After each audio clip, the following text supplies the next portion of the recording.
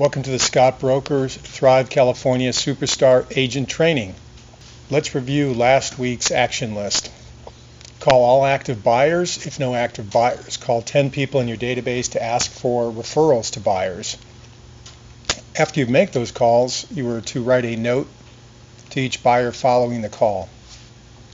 Number 2, continue calling all contacts in your powerful referral network, your PRN. Number 3, if you still have contacts you've not uploaded to your CRM, please do so. Do at least one drop-by each day and write notes to those folks, those contacts, and download the real estate report off our online resource center. The dominant listing agent. This is today's agenda. What we're going to cover are the skills and attributes, seller insights, working with sellers, step-by-step to the listing, the pre-list strategy, the concept of risk reversal, how to preview a home with a seller, the idea of stealth sites and how to use them, seller dialogues, how to list expired listings and for sale by owners, and quickly reviewing documents to get a listing, most notably the RLA. The dominant listing agent defined. That is to be the go-to agent for his or her network of contacts, the go-to agent for your contacts. Also the most well-known agent in the target market of his or her choice. You want to be in the top of mind consciousness of your prospects and clients. And a dominant listing agent, the way we view it, is a real estate agent that makes 6 or 7 figures a year, and some make absolutely outrageous money, up to $1 million a month or more, even in this local area. The core asset of a dominant listing agent is their database, their network of contacts, which you want to constantly be building every day. The key skills of a dominant listing agent are first and foremost the marketing and prospecting skills that they possess and continue to enhance. Those marketing and prospecting activities are directed to their database of contacts, to new homeowners, and also to business people and merchants in their Thrive market and surrounding areas. A dominant listing agent also possesses excellent presentation skills, most notably the listing presentation, which is one of our training sessions coming up soon. We'd like you to think about this. The mindset of a dominant listing agent is someone that can't wait to call, connect, bond, build, and just keep calling and connecting to build their database and do deals. The dominant listing agent lives for the next deal 24/7. Attributes of a dominant listing agent. He or she understands the metrics of success and will do the actions necessary to accomplish their goals. They are a student of marketing and deal making. They handle rejection easily. They are very self-confident, energetic, ambitious, persistent, tenacious. They have a great work ethic and work habits each day, and they are consistently working towards achieving his or her production goals. A real seller. We view a real seller to be someone who's sufficiently motivated to go through the challenges in marketing and selling their home in order to make a move. In other words, they have to be motivated to go through all these trials and tribulations. It's also often emotionally taxing to sell a home, strangers coming through your house. They have to have enough motivation to make a move and go through that process. An example that's not a seller is somebody that says, I want $1.2 million for my house, and if you bring me a buyer, I'll consider selling it, but I don't want to list it. I don't want anybody going through it. And the market analysis indicates that house is worth $1 million. That's not really a seller. A seller is somebody that's ready to rock and roll right now and do the work necessary to get it sold as your partner, you being the listing agent. The downside to working with sellers. You are the messenger, and oftentimes when it doesn't sell, the seller wants to shoot the messenger. It can be a very tense relationship during the listing, tense relationship. Sellers are often emotionally tied to their home. In other words, there's often a battle over pricing that gets skewed because they're emotionally tied to the home and they're not just thinking of a third-party market analysis. They are invested in the house. They probably had a lot of memories there, and that makes their decision making all the more difficult when it comes to pricing the house and sometimes letting go of it emotionally. You have to invest in marketing prior to the close of escrow. Although those expenses are usually not very significant, they do come before you receive the money on the close. You have to show property yourself for luxury listings particularly, unless you have an assistant who can. That's something you can ramp up to and delegate to assistants as you start doing more and more deals. The upsides to working with sellers. This is where the big money is. You control the inventory. You have great leverage. Your listings are working for you while you work to get more listings, or even when you're asleep for that matter. It's the best way to meet real buyers and double side the listing, and it helps you build your brand in your marketplace. Seller insights. A few things we want you to consider here. Use the word move instead of sell. The issue of moving is really what a seller is trying to do when they sell their house, and that is a more encompassing term. The whole concept of moving has the triggers, their motivation buried within it, and we'll share some dialogues with you to uncover those motivations, which are often the key to dealing successfully with a seller. It's not a listing, it's a home. A listing is kind of a cold term to the ears of a seller, so refer to their house and your listing as a home when you're speaking to them. Never use inside terms on the outside. For example, most people don't know what a CMA is unless you're a real estate agent. So you would just term that a market analysis of your home versus a CMA. If you only satisfy their financial needs, that is of your seller, you get a check.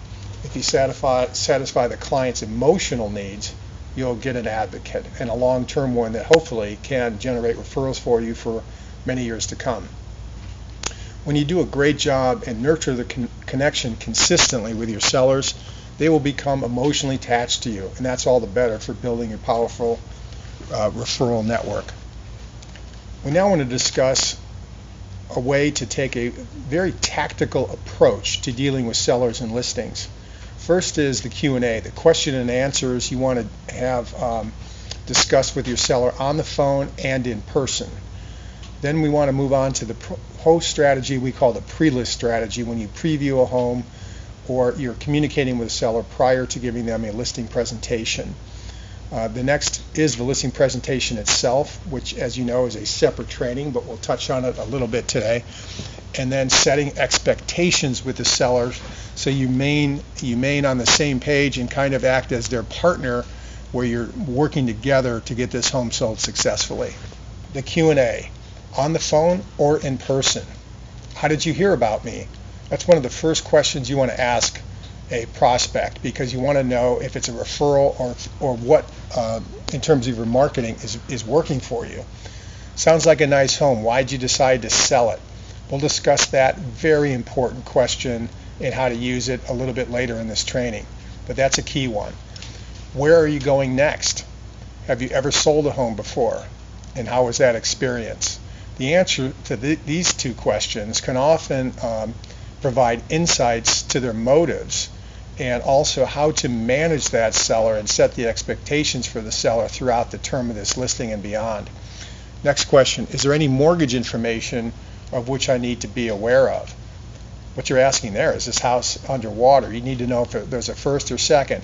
You should always have your tax record with you in hard copy and have checked it before you meet a seller in person.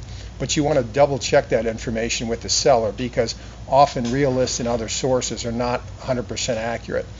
Next question, are you the sole decision maker, or is there another person joining you in making the decision to sell your home? That's particularly important if the title is held in a trust or a corporation or a partnership, but even if it's held in a husband and wife's name, sometimes there's people behind the scenes that you want to involve yourself.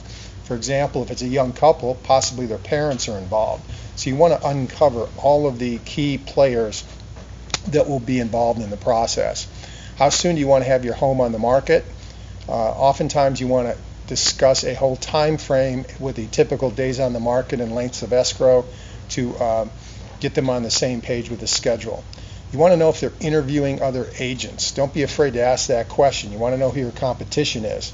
Keep in mind, you're a professional, and it helps you to have that kind of reconnaissance going and ask the questions about what they're doing with the process of interviewing. As it relates to where you want to be in that potential schedule, I've always preferred to be either first or last. I'd like to be first if I really think, because of my conversations with a seller, I can preempt the whole process and get that listing on the first appointment. If I'm convinced they're going to go through all of the interviews, I like to be last, because they're done interviewing. By that time, hopefully I'll just sign them right there. Last question, what needs to happen before you put the home on the market? Now the answer to that question could be something physical to the house, something with their financial life, or other issues. These are very important questions. What are your biggest fears or concerns about selling your home and making this move? Fears are based in emotion, and concerns are typically more logical. You'd like to know both, because again, we're looking for keys of how to manage the seller through the process. Their motive is your key. What's important about moving? Not selling your home. What's important about moving? Because the question, when you use the word move or moving, encompasses the whole process and directs itself towards the goal they're trying to accomplish. What will that do for you? It goes a little bit deeper. The answers to these questions frame your communications with the sellers and even buyers. It is the context in which your relationship exists with the seller or buyer. It's what goal they're trying to achieve in this process. What every seller wants to know. Number one, can I trust you? They are not going to hire you, particularly on a luxury listing, unless they feel they can trust you, and that is a subconscious process that sometimes they don't even verbalize, they just feel it. And the same thing about your likability. They have to like you. You can give a listing presentation that is terrific in terms of the science of marketing luxury real estate, but if for some reason they don't like you, they're not going to hire you. That's where we get into the art and the science of listing luxury real estate. The art is your charisma and how much you can help the seller trust you and like you in the process of communicating with them. It's really about charisma. Number three, are you the one that will get me top dollar? That's usually the first thing they want to know when they're interviewing an agent throughout a listing presentation, and what you'll do that others won't do or don't do, and what will you do specifically to sell my home? The answers to these three questions, the last three, 4, and 5, are really nailed in the listing presentation, which you'll be trained on here shortly. But you as an agent have to deal with the trust and likability issue by your charisma with that seller. One way to do that is always be very positive, energetic, polite, and with the mindset you just can't wait to get them top dollar. Here's an inside tip. Clean up your act online. Before sellers hire you, they search your name on Google, Bing, or other Yahoo or other search engines. They want to see what's on the first 2, 3, 4 pages of these search engines about you. They'll search on Facebook. They'll even search on YouTube, which is not on the slide here, but you want to make sure you don't have any weird videos of yourself on YouTube. Ditch those pictures of you doing shots in a bar or partying on a boat, even if they're from years ago. Also, I recommend you have a profile on LinkedIn and have it really clean. If you have websites already, make sure those are the best you can make them. Clean those up, please, because you don't want anything shooting yourself in the foot online. Let's talk about setting the expectations with your seller clients for a moment. You want to educate the seller of the process and the average times to get a listing. What I suggest you do is use a calendar and draw the lines. When they want to be in their new home, and then you back up the average days on the market, in the market that the home sits in, and then the average escrow process, like 30 or 45 days. So once you add all those up, the seller can then see what the time frames are to accomplish their goal. Invariably, sellers underestimate this time. You want to start with when they want to be in their new home, again, and work backwards. Also, last tip here is the insight: you want to know your target market cold. You want to bring with you all the actives, expireds, canceled, solds, etc., and you want to have some kind of detail on those sales. Oftentimes, sellers will ask you about sales that have happened around their homes. But we'll get into more of that in the listing presentation. Step by step to the listing. The steps to a listing include calling, connecting, previewing the home, what we call the pre-list stage, giving the listing presentation, and then closing on the agreement. So number one is outbound calls to qualify your lead. You want to know with these calls, the qualifying calls, is there a deal to be made here? We'll get into a little bit more detail on that concept, particularly in the FSBO and expired scripts. Number two, connect. You must meet in person. This is a networking business, an outbound marketing networking business. You need to go to their homes with or without an appointment, particularly if it's a expired or FSBO. So an expired or FSBOs, you're going to call them, you're going to qualify them if you can. If you can't, you need to get out in the field and just door knock them. Number three, leave or mail the pre-list package. We'll be talking about the pre-list package next. In the preview home mode, you proceed with this strategy to then segue to your listing presentation. And the key dialogue to do that, which we'll go into a little bit later, is do you have a few minutes so I can show you a couple things I can do to get you top dollar? It's a very casual segue to try to get them to sit down and go through a few things, and then you continue into your complete listing presentation. If you can't do the listing presentation, you leave the pre-list package behind because it has powerful information in it to help differentiate you from your your competition, the other agents. Number six, after you leave that pre-list package, you keep calling until you get a listing appointment. You have to be tenacious to get listings in this marketplace. Number seven is you do the listing presentation, and even if you have to do it to each seller. For example, if a homeowner is home at 2 o'clock, but her husband won't be home until in the evening, but she can invite you over to preview the home in the afternoon, give the pre-list presentation and listing presentation to her, and hopefully she'll become an advocate for you and invite you back so you can present it to the husband. And number 8, of course, is closing on the agreement, which we'll go into detail in the listing presentation training. The purpose of the pre-list package is to differentiate yourself from your competition. Differentiate yourself. When you leave them behind or mail them to gated listings, they make a lasting impression. And of course, it's a very important weapon in your marketing arsenal. The pre-list package, the summary and the full pre-list, and its strategy. Number one, the pre-list one sheet and Thrive flyer are two key documents you should have with you at all times. The pre-list one sheet is somewhat generic. It's not does not have a seller's name at the top, so you can print these out along with the Thrive flyer in bulk. And you can have those with door knocking, even sometimes with merchants. Those are complete key weapons in your arsenal you should have in your briefcase, in your car, etc. Number two is the full pre-list kit.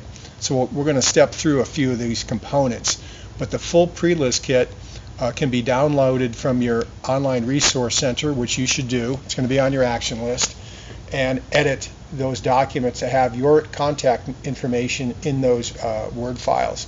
That includes the cover letter, the 59-day certificate, which is risk reversal. We'll talk about that in a moment.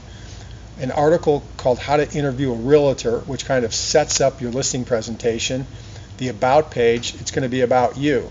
Now, the About could be me and you as partners, so you can use my bio as you see fit to strengthen your pre-list kit depending on your experience.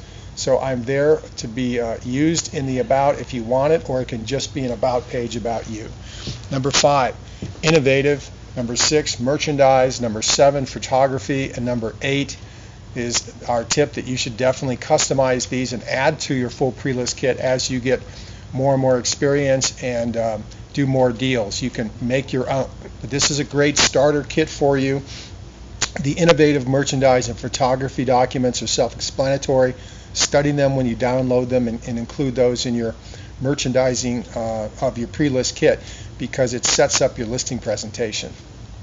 This is an example of the pre-list one sheet that you can customize if you want, or just use it as it's written, but obviously put your contact information in it and change the names and the photos.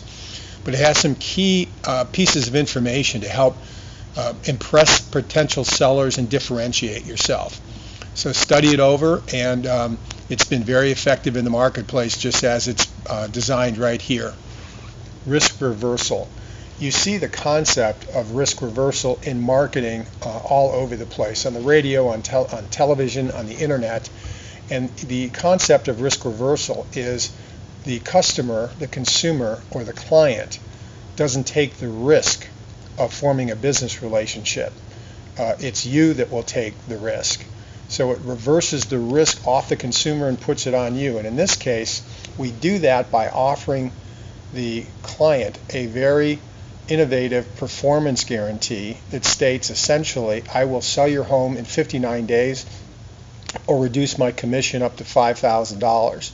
Note on this certificate, it says a complete agreement is supplied when we meet. And I'll talk about a couple nuances with the agreement that becomes a one-page addendum to the listing agreement.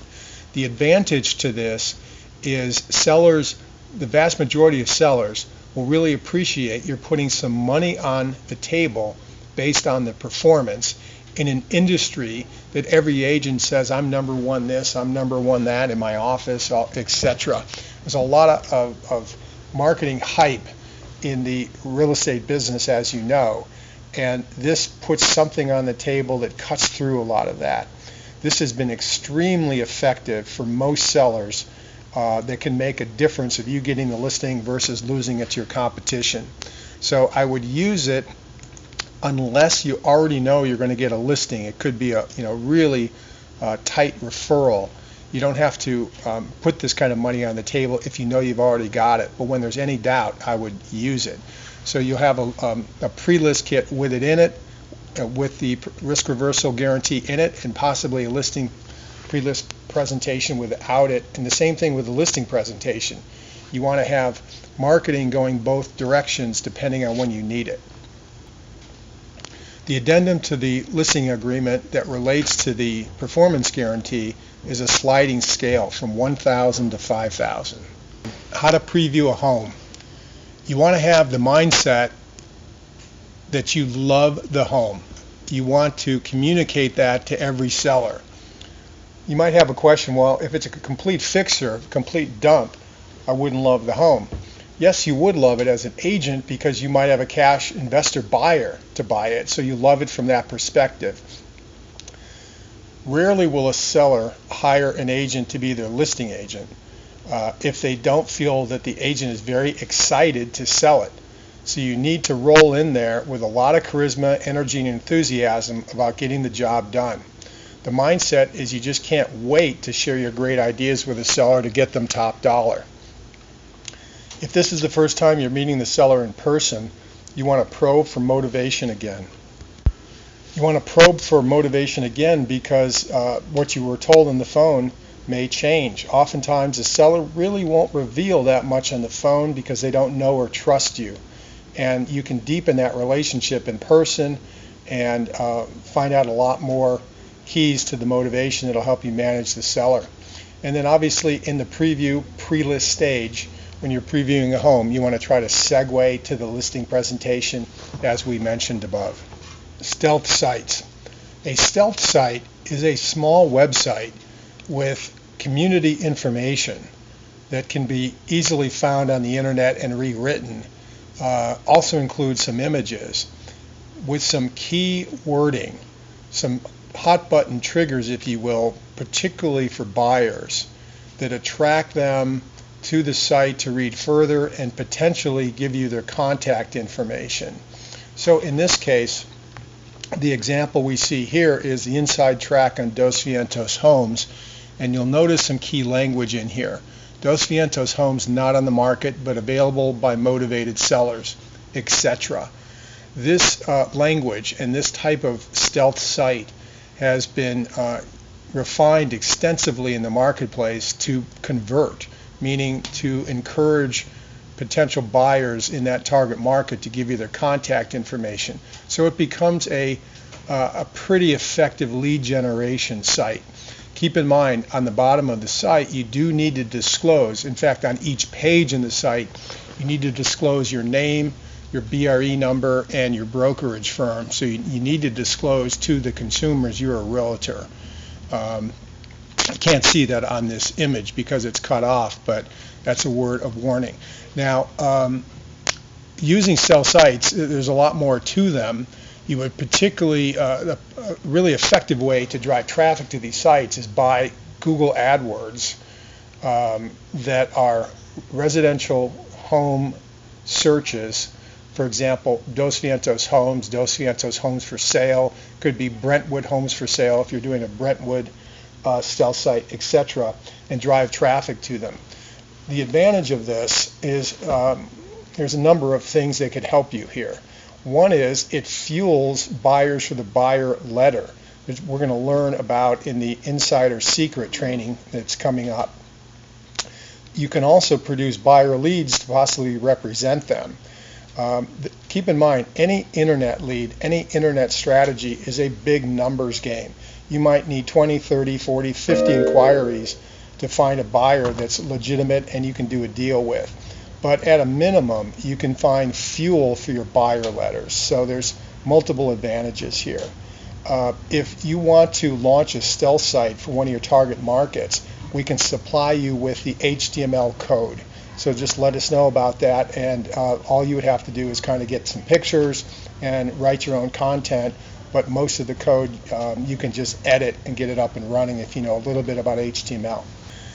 Lead generation. So this is continuing our discussion about stealth sites. So what happens when these consumers fill out the form is they'll show up in your inbox. As you can see here, this is a real example of stealth site activity. So they were sending it to a former email address I had at scott@homeadvice.net. Subject matter, which is coded into the page, Westlake Homes, Dos Vientos Homes, Thousand Oaks Homes. So I had multiple stealth sites being tested, and I can tell which sites they, where the lead was coming from, and then of course to the right is the date and the time the email came in. So just think about the concept of running a successful stealth sites and all the leads it can generate for you. This is a real world example, and you're seeing about 3 weeks activity here, maybe 20 leads. This is the escrow control file. You can download my large Excel file here, Microsoft Excel file, in your online resource center in your forms folder. And what this is, it's a long checklist, basically a chronology of what happens from day one of a listing to close of escrow and all the things that have to get done. Your work, possibly your assistant's work if you have one, certainly the TC's work, the transaction coordinator's work. Sellers don't realize how complicated and how many things have to get done to sell a home in California. This helps justify your commission and your work. So I would have this with your listing presentation and use it when you need it, or you can even incorporate it to some degree in your listing presentation. Fundamental dialogues include the campaign dialogue, where we talk about asking for a referral, the 1, 2, 3 dialogue that highlights help or giving the client or prospect assistance, letting them know how much you value them, and then asking for a referral. So it's assistance or help, value, and referral.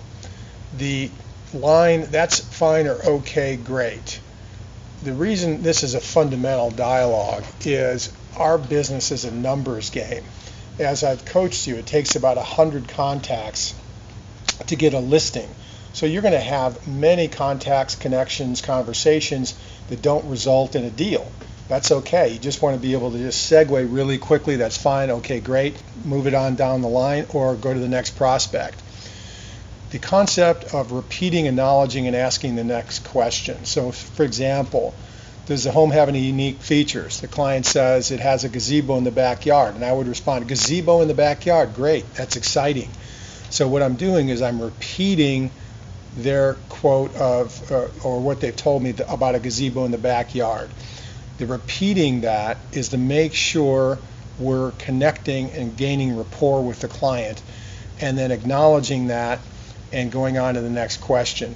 We'll see this concept in a lot of our scripts and dialogues. It's a very effective technique to start communicating with prospects. Inflections, a down inflection and an up inflection. What an inflection means is the tone of your voice at the end of a sentence. A down inflection commands authority. An up inflection is a little weaker but opens up the conversation for almost any answer. So let me give you an example. It sounds like a nice home. Why did you decide to sell it? That would be a down inflection. An up inflection would be, sounds like a nice home. Why did you decide to sell it? You can hear my voice going up and down, but you'll see some symbols in the FSBO and expired scripts particularly where it's really important to use inflections. The last dialogue on the page here is, sounds like a nice home. Why did you decide to sell it? That's a very disarming way to search for motivation that we're going to see in the scripts coming up. What we call the segue dialogue. So this you have seen in the pre-list preview home strategy. If you have a few minutes, I can show you a couple things I can do for you to get you top dollar. So what you don't want to state is something like this. Do you have an hour so I can sit down with you and you can go through my listing presentation? Nobody wants to sit for an hour for anything in this world. But if you just reference it as just have a few minutes so I can show you things I can get you top dollar, you'll get much better response in a preview or pre-list stage of getting that seller to sit down and you start your listing presentation. Obviously, you don't need this dialogue if you have a true listing presentation appointment because everybody knows what's going to happen. But oftentimes in the preview or pre-list stage, a seller who you're impressing will actually sit down and you can start the process and sometimes get through an entire listing presentation and gain an advocate. Expired listings, FSBOs, and internet leads. In all three of these lead categories, the first and foremost thing you need to understand is urgency. There are deals to be made, particularly with expireds and FSBOs, but they don't wait long. You need to jump on them immediately. That's why we put them in your CRM every morning. You need to call them to qualify them if you can get them on the phone, and if you can't get them on the phone that first morning, then put them on your schedule and go door knock them with a pre-list in hand. That is the way to list expireds and FSBOs. If you wait a few days, you're going to be finding a lot of these already listed, or you're just going to be way behind the eight ball. You need to move on them immediately in the morning that they come up. Let's talk about for sale by owners, or what everybody calls FSBOs. Why are they selling it themselves? Obviously to save some money, particularly the listing side of the commission, sometimes both, the buyer side and the listing side. Another bullet point we could put in here is they often are selling it themselves because of a strong ego. What do they want to talk about? The house. They're hoping your call is a buyer call. What they don't want to talk about is listing with you or anyone else. You need to understand the dynamic of FSBOs so you're using strategy to navigate through their mindsets to be successful in getting them listed over time. 94% of FSBOs will list with an agent. This is a CAR, California Association of Realtors number. It varies on market and time, etc., but a very high percentage of FSBOs eventually list with an agent. Real important insight here is don't believe what FSBOs tell you on the phone early in the stage, right after they've advertised their house for sale. They change their mind from one day to the next. No way today is listed tomorrow. The key to unlocking FSBOs, number one, is don't argue with them on the phone. Most agents try to talk them out of listing the house, or try to talk them out of selling the house themselves. That is a mistake because it isolates you from the prospect. You immediately want to focus on the house and nothing else. This is the icebreaker. That's what they want to talk about. And you want to ask questions, not dictate to them. So that initial phone call with a FSBO is not about marketing or selling yourself. It's ultimately about deciding, is this a real lead for you to hit it in the field? A couple insights about FSBOs and expireds is you want to match. You want to match their tempo and tone. Let's talk about two extremes. You call a prospect and it's a elderly woman that moved from the south, and she has a slow southern drawl and is very calm and quiet. You want to slow down to her cadence. On the other hand, if the prospect is a stockbroker that moved from Manhattan and is very harsh, fast, and abrupt, you want to try to speed up to his tempo. So not to the extent you're faking a New York or a Southern accent, but you want to match their cadence and timing. You want to ask questions about the home, you want to repeat, acknowledge, qualify, and then go for the appointment set if you can. So these are kind of the insights and mindsets of both of these scripts coming up. More insights. You have to show up in person. You cannot list FSBOs and expireds on the phone. 3 things you want to know in these scripts is motivation, who they'll list with, and if you can, you want to know a little bit more about their price, and ultimately you have to stay on them.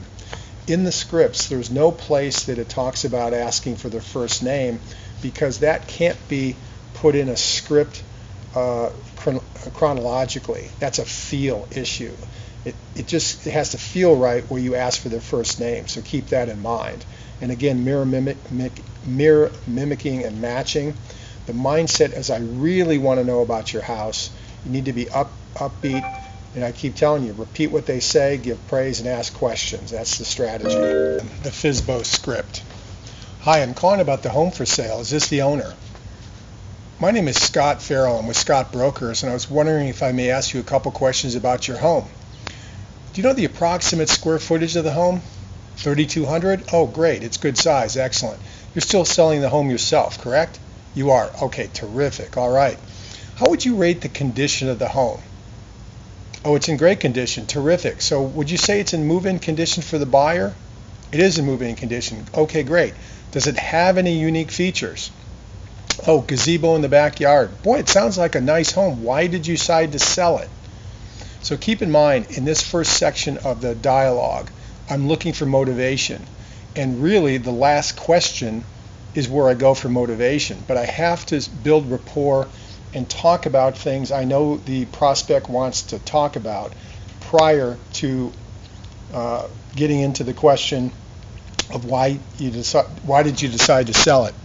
If I open the conversation as, why are you selling your home? Often I would get a response like, it's none of your business. But if I can develop some rapport and get into the details of the home that the seller is interested in speaking with, I can often start to get kind of peel the layers off the onion, if you will. The FSBO price and more information. So how did you determine your asking price? If you sold your home, where would you go next? And how soon do you have to be there? If the conversation from above is going well, I would often get into these questions. So it's really a feel thing, but it would be fantastic if I could get answers to these questions in the initial dialogue with a FSBO. So the FSBO key question. If you did not get the offer you're looking for right away and had to list it with someone in the future to get it sold, which agent would you list with? In a perfect world, this is the only question I would ask a FSBO if I knew I can get the answer. But I have to go through some rapport building dialogue to get them to ask this question. Because keep in mind, the FSBO script is about understanding and determining, is there a deal here for me as an agent? If the answer to this question is, I'm going to list with my brother Bill, who's a Coldwell Banker agent in our neighborhood, there's probably no deal there.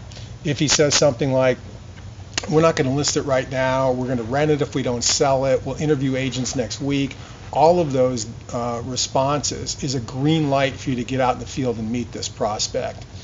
If he mentions an agent, you would doubt drop. So how did you happen to pick that agent?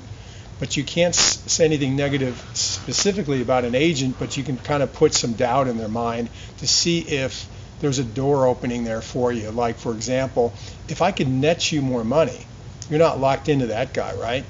So this is some key dialogue at the end of the FSBO script to see if it's worth your time going out and door knocking this FSBO with or without an appointment with your pre-list package and moving it down the line.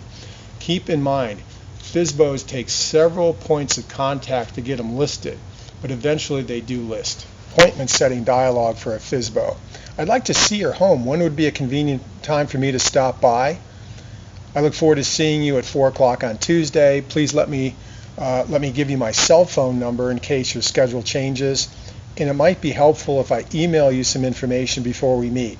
So keep in mind, most FSBOs won't give you their email information. Most FSBOs won't appointment set on the first phone call. But if you've got a great rapport going, you might want to try these. But keep in mind, the FSBO objective is to qualify if there's a deal there, not necessarily get a hard appointment. The expired script. First section is about motivation. Hi, I'm calling about the home for sale. Is this Mr. Smith? My name is Scott with Scott Brokers, and we didn't get a chance to see your home when it was on the market, but I have a couple of new buyers. Can I ask a couple questions about your home? How would you rate the condition of your home? Does it have any unique features? It sounds like a nice home. Why did you decide to sell it? So keep in mind with this dialogue, it's similar, but not exactly the same as the FSBO dialogue, but we do want to talk about the house as we initiate the conversation with the prospect. If you're doing aggressive marketing in your target market, you are going to have new buyers on an ongoing basis, so it's a true statement once you're up and running. You can expand some of these house questions in this dialogue about the condition of the home and other things as it relates to the physicality of the home to set up the question, it sounds like a nice home, why did you decide to sell it? Is there a deal here? You want to be energetic and almost like you have a secret. So the mindset here is, hey, I have something interesting to tell you. It's almost like a secret. And the way I would do that is, have you made a decision on the agent to help you sell this home and get it sold now? So I would almost kind of quiet down my voice a little bit to see if I can kind of reveal a little bit more information about what this expired seller is planning on doing. Have you made a decision on the agent to help you get this home sold now? And it's kind of like intimate in a way. It seems to have worked extremely well in the last 15 years to use dialogue like this. If they come up with a name, Jim from Coldwell Banker or whatever, you can drop that. How did you happen to pick that agent? I understand. Keep in mind, you can't say anything specifically negative about another agent, but you can supply that kind of question into your dialogue or insert that kind of dialogue and put a doubt in their mind to see if it'll open up opportunity when you come back with this. If I could show you how we can net you more money, would you spend a few minutes with me? And keep in mind, it's about salesmanship and marketing, not just about the comps. That's a key insight we'll use in the listing presentation dialogue that you can start using even in your prospecting. The reason it's important for expireds is it isn't expired. Keep in mind the house didn't sell. They often blame the former agent who's probably beating them up about the comps, and you come into the picture saying, listen, I'm the white knight here. It's about salesmanship and marketing, not just about the comps. It's a key point of communication, particularly with expired prospects. It's the appointment setting dialogue if things have gone well. I would like to see your home. What would be a convenient time for me to stop by? I look forward to seeing you at Tuesday at 4 o'clock. Let me give you my cell phone number, and then you probe for an email address. Very similar to the FSBO script. Handling objections. On this slide, you will see a number of very, very common objections you'll hear in your marketing and prospecting daily routine. In your online resource center, in your scripts folder, you will see an Excel matrix that includes all of these objections and several possible answers. What I'd like you to do is study those answers save that Excel spreadsheet as a working file for yourself, and have the right column to be one answer. So, for example, bring me a buyer and I'll pay you 3% is typically a FSBO objection. You would want to look over the answers, choose which one you think is best, that really resonates with you, save that as a single answer, and start to memorize those answers. One quick way to do that is to come up with a trigger word or two for each answer. So for example, looking down the page here, a very common objection is think it over or sleep on it. It's a delay tactic by the prospect. And you'll notice in the answers to objections, one of the best ways to handle that is, oh, I understand, it's a big decision and you want to think that over. But just to clarify my thinking, what is it exactly that you want to think over? So the key word for me in that answer is clarify. All I have to remember is when I hear a delay tactic by the prospect, like think it over or sleep on it, the word clarify is what I want to memorize. So you can say it in a number of ways. But this is the way to start getting you very, very professional in your dialogues, so you're not stumped and frozen like a deer in the headlights when you get objections when you're trying to close on the listing agreement. These are the documents required to take a listing. The first two are by far the most important. The AD, the disclosure regarding agency relationship. The BRE, formerly the DRE, Department of Real Estate, now the Bureau of Real Estate, wants an AD signed with all prospects, whether they be sellers or buyers. It's really the first document they need to sign because it discloses what an agency relationship is with the client. Number two, and keep in mind this is about listings, is the RLA, the Residential Listing Agreement that's part of your ZIP forms. Our DRE number is 019-21873. If you have time in your listing presentation, get the rest of these done, which is the seller's advisory and the SPQ. Once you have the listing, create PDF files, email those documents to Paget myself, along with your blue file. There's a few more docs if it's a short sale or REO listing. Next actions. We want you to, number one, call all FSBOs and Expire leads in your CRM daily. If they don't answer, get your pre-list documents together and go door knock them. And if you don't work them, we'll stop giving them to you. So there are agents that love getting FSBOs and expireds, and some of our biggest listings currently were expired listings. So it's a strategy that helps create income for you immediately if you become proficient at listing these FSBOs and expires in the marketplace. Number two, download and edit your pre-list documents so they're ready. You can take them to Kinko's and have them printed in color. If you have a color printer, that's even better. Number three, call all active sellers. If you have sellers, if you have listings with an update, you want to stay in great contact and communication with your sellers. We have an upcoming training of how to manage your listings like a superstar, like a professional. We'll get into a lot more detail about how to communicate with sellers, which should be an ongoing basis. If you have no active sellers, we want you to call 5 people in your database and ask referrals to sellers, to people that want to sell their home. Number 4, write personal notes to each seller or anybody that gives you a referral to a seller. Starting to get ready for the next training is number 5. Download the listing presentation, which is a Microsoft PowerPoint presentation, to your laptop and start studying it. Please take a piece of paper or a Word file and notate your thoughts and questions in preparation for the training. Number 6, increase your calls, notes, and drop-bys. Maybe this should have been first. Increase your calls, notes, and drop-bys because you have to fill out your KR forms weekly now, so I can help you coach you to great productivity. The preview of next week's training is the listing presentation, and this will give you great confidence to become masters of the living rooms.